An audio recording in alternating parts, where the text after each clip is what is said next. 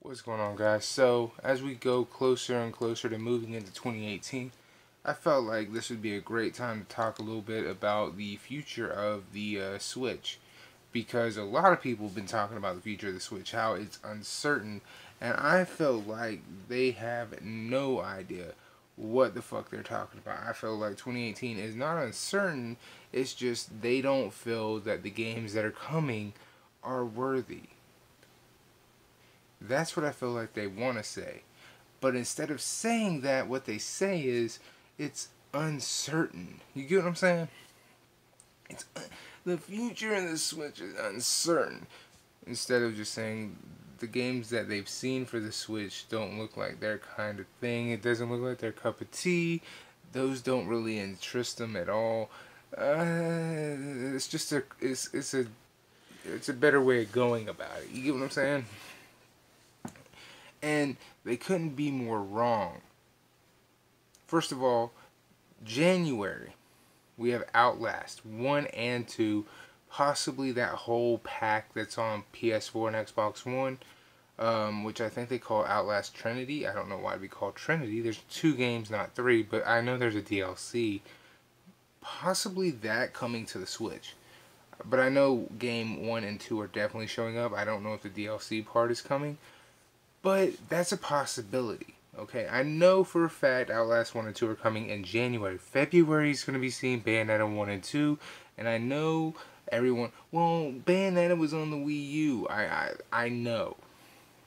However, with the Wii U sales being only 13 million, and I'm one of those 13 million, I want you to understand that with Bayonetta 2 and that being an exclusive on the Wii U, with the Switch already looking to outsell the Wii U within 1 year and already looking to outsell Wii U sales in Japan alone by January, we're looking at Bayonetta being re-released on the Switch as a great thing. What developers re-release their games on the PS4 and Xbox One, basically this game is going to be on the Switch for all the right reasons, and why developers do that shit on PS4 and Xbox One. This is why they do that. They're like, oh, well, maybe you didn't get to play it on the PS3 or the Xbox One when the system sold 80 plus million units. Highly doubt it. But when a system sells as low as 13 million units, like the Wii U did, and Nintendo takes a game like Bayonetta 2 and says, what if we repackage it and we give it to those people who have started to buy the Switch, being the Switch is already going to pass the Wii U sales? That's more people who can play the game. This is how remasters are supposed to work, how re-releasing games are supposed to work. That's why that's going to happen. That's why that's going to work. On top of that, we have Bayonetta 3 already announced and confirmed. It's not confirmed for 2018. It's more than likely going to be a 2019 release, but it's to get you hype as well. And by the way, you can look this up too. I've seen the photos for this. Bayonetta is being repackaged in a badass collector's edition. So props for that as well. So if you're not excited for this because, oh, it was released on the Wii U, and you were one of those people who bought a Wii U like myself, and you bought Bayonetta 2 like myself, and you're just waiting for, say, this gem to go to the fucking Switch, that maybe, you're, hey, if you get rid of the Wii U, you get rid of it. Me, myself, pardon me, I'm keeping it. I have Xenoblade Chronicles X. I don't see a reason to get rid of it yet because I like this game. I understand almost everything on the Wii U that I own has been ported over to it. However, Xenoblade Chronicles X is not. That's the reason I'm keeping it. On top of, hey, I can lend my Wii U to my brother or to my girlfriend or to a couple friends of mine or to whoever, and they can play a couple of the games that I have that are also on the Switch. I can do that. and they can play them. However, you know, when you have games that were not excuse me, not bad, but they didn't sell that well because they were on a system that only sold 13 million, go to the Switch. Hey, more people can play them because the Switch is going to outsell the Wii U in just a couple of months. And it's looking to outsell the Japan numbers by the end of this month. I'm just throwing that out there. Something that both PlayStation and Xbox wish they could say they did when they do that re-release thing. But the problem is their sales numbers on the system alone have never been that damn low. Okay? So, I just figured I'd throw that out there. Now, back to the whole thing with looking to the future with the games. We have a Yoshi game and a Kirby game. And they were both announced at E3 this past year. Now, we could possibly see those about June, possibly more towards, you know, October, possibly next Christmas. And I wouldn't be mad at that. I think the Kirby and Yoshi game could definitely be a dual release for 2018, just like how you had Zelda and Mario of 2017.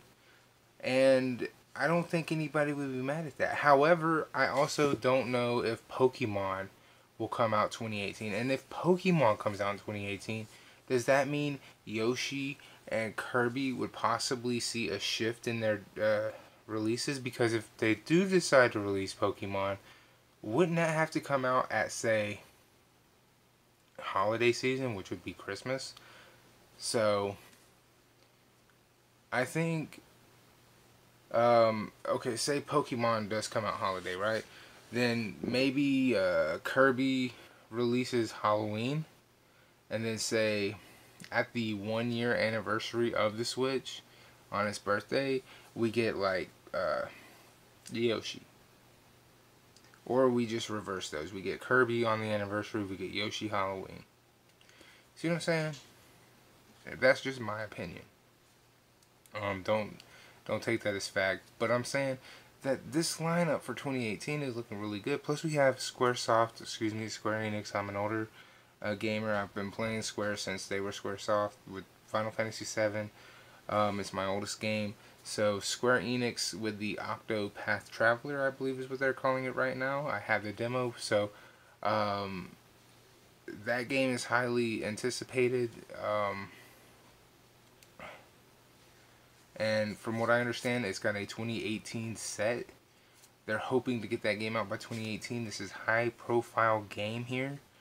Their games are always really well received, whether it be Bravely Default series on the 3DS from Bravely Default, Bravely Second, or even I Am Sensua on the Switch. Their games are very well received. And then you have, what else was there? There was one other thing. What was it?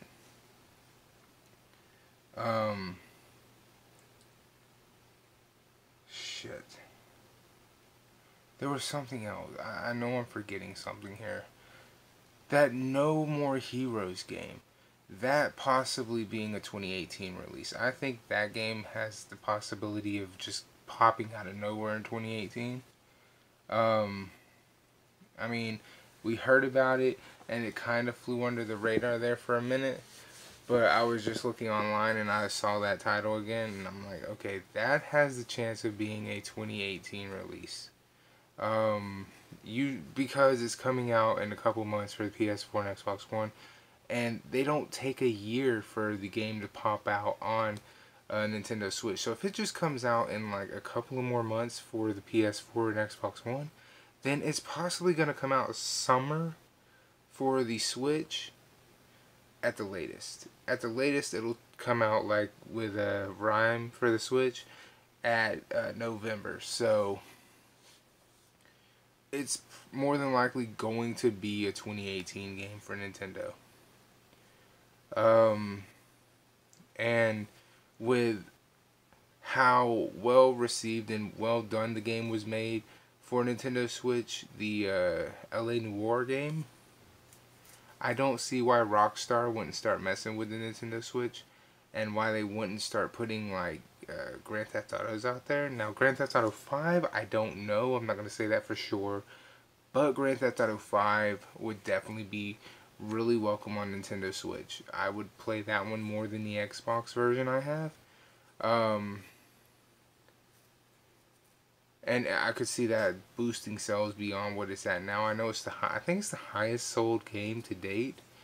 But, and I hear this all the time, it can't go on the Nintendo Switch, but people forget Grand Theft Auto 5 was originally made for the PS3 and Xbox 360. This game can go on the Switch. So when people say it can't, trust me, it can. They forget the Grand Theft Auto 5 was originally made on PS3 and the 360. It is that old, and it was not originally made for the PS4. It was not originally made for Xbox. The Xbox One, I mean. So, before you go saying it cannot be, it can be. LA Noire was made on the 360 and PS3, and it's perfectly fine on the damn Switch. Now, you could make that argument for Doom 2016, but Doom 2016 runs perfectly fine and plays perfectly fine on Nintendo Switch. Which is why I say, hey, Grand Theft Auto 5 after LA Noire success, and we could see other companies start to turn. Companies like, Bungie, after seeing all these successful games, well, we don't want to put Destiny 2 on there. And then they see all the success they're missing out on with all these other companies. Call of Duty missing out because they didn't think it was going to do anything. But yeah, you saw what happened in November. Doom sold. Skyrim sold. All these games. Resident Evil. All these games. And they were all made perfectly fine. Yes, we had a couple that were fucking stupid. 2K fucked up, okay? But the majority of the games are great. That's the thing. You have one or two really bad, but majority of these games are looking great.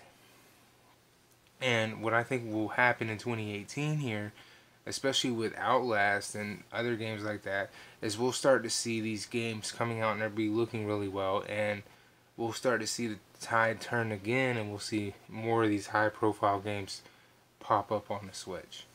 And that'll do really well. They'll be really well, they'll be really well forged, and people will be really excited about it, and the system will continue to sell really well. And people are like, oh, it only sold 10 million in 9 months. But that's, again, 3 million less than the Wii U did in its entire lifespan. Put that in your brain for 2 seconds. The Wii U, 13 million in its entire lifespan. In 9 months, this brand new console is looking to beat it within its 1 year. Within its 1 year. You can make like that's not a big deal all you fucking want. But name one PlayStation that has been able to do that. There's not been one besides the PS2 that's been able to do that. You've had the PS2 that beat the PS1, but it didn't do that in 1 year. And you've never had an Xbox beat out an entire Xbox life sales in 1 year either.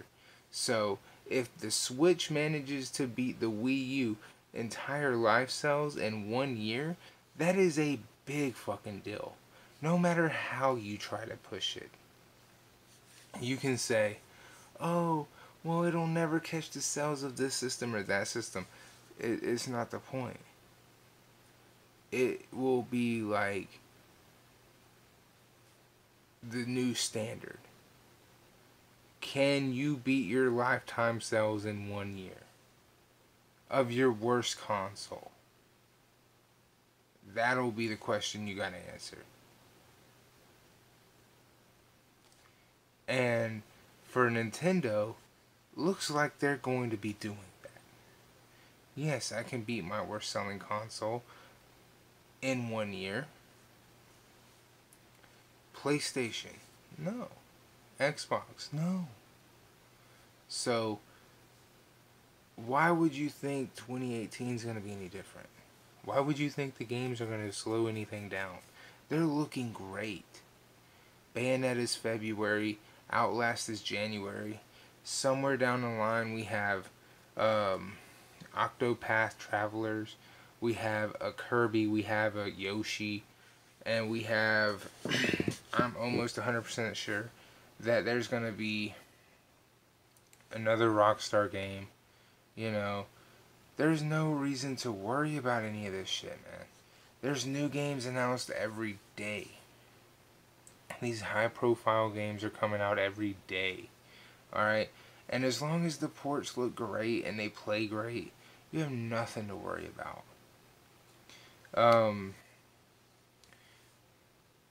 I'm gonna put this out there because I know I probably didn't do it last video, but I am starting to stream more on Mixer because it's how I can play on the Xbox right now. I'm doing a lot more retro, and when I say retro, I mean 360 games. I started playing Assassin's Creed 3, Assassin's Creed Rogue. I just downloaded Mass Effect, all through whatever Play Pass or Game Pass. Even though I don't really care that much for that service, I do not know anything about Mass Effect, and I don't have a way to play it. So right now I'm going to play that, not at this particular moment, but I'm going to play that probably tomorrow. Assassin's Creed 3 I have, Rogue I have, but Mass Effect I'm playing through the Play Pass. And their Play Pass is still fucking stupid. But I'm just gonna put that out there. If you want to follow me on Mixer, all the names across all medias are exactly the same. Pardon me, it's J2Death. Most of the time I will not have a voice, like I won't have the headset on. I started playing Dragon Age Origins tonight. I did that like a few hours ago. I will try to stream about, say, 3:30. And that's AM, by the way, 3:30 AM. I know that seems really odd, but that's the best time for me. So feel free to, like I said, follow me on Mixer for most of my 360 retro, because that's the thing now. People are like, oh, when the new console comes out, the last gen is now turned retro. Follow me on Mixer for most of my live streams. And you can also watch the past live streams on there. I don't know how long they keep them for. I know Mixer and, well, I know Twitch was getting rid of a lot of them because I beat Halo 5 on Twitch and then they got rid of all of it. I might run through and do like a Batman or Return to Arkham because I have those, even though it's not a 360 game. I have the Xbox One version of those games, but I might do it anyway because it was originally a 360 game. But I just want to throw that out there. I'll see you guys next time. As always, deuces.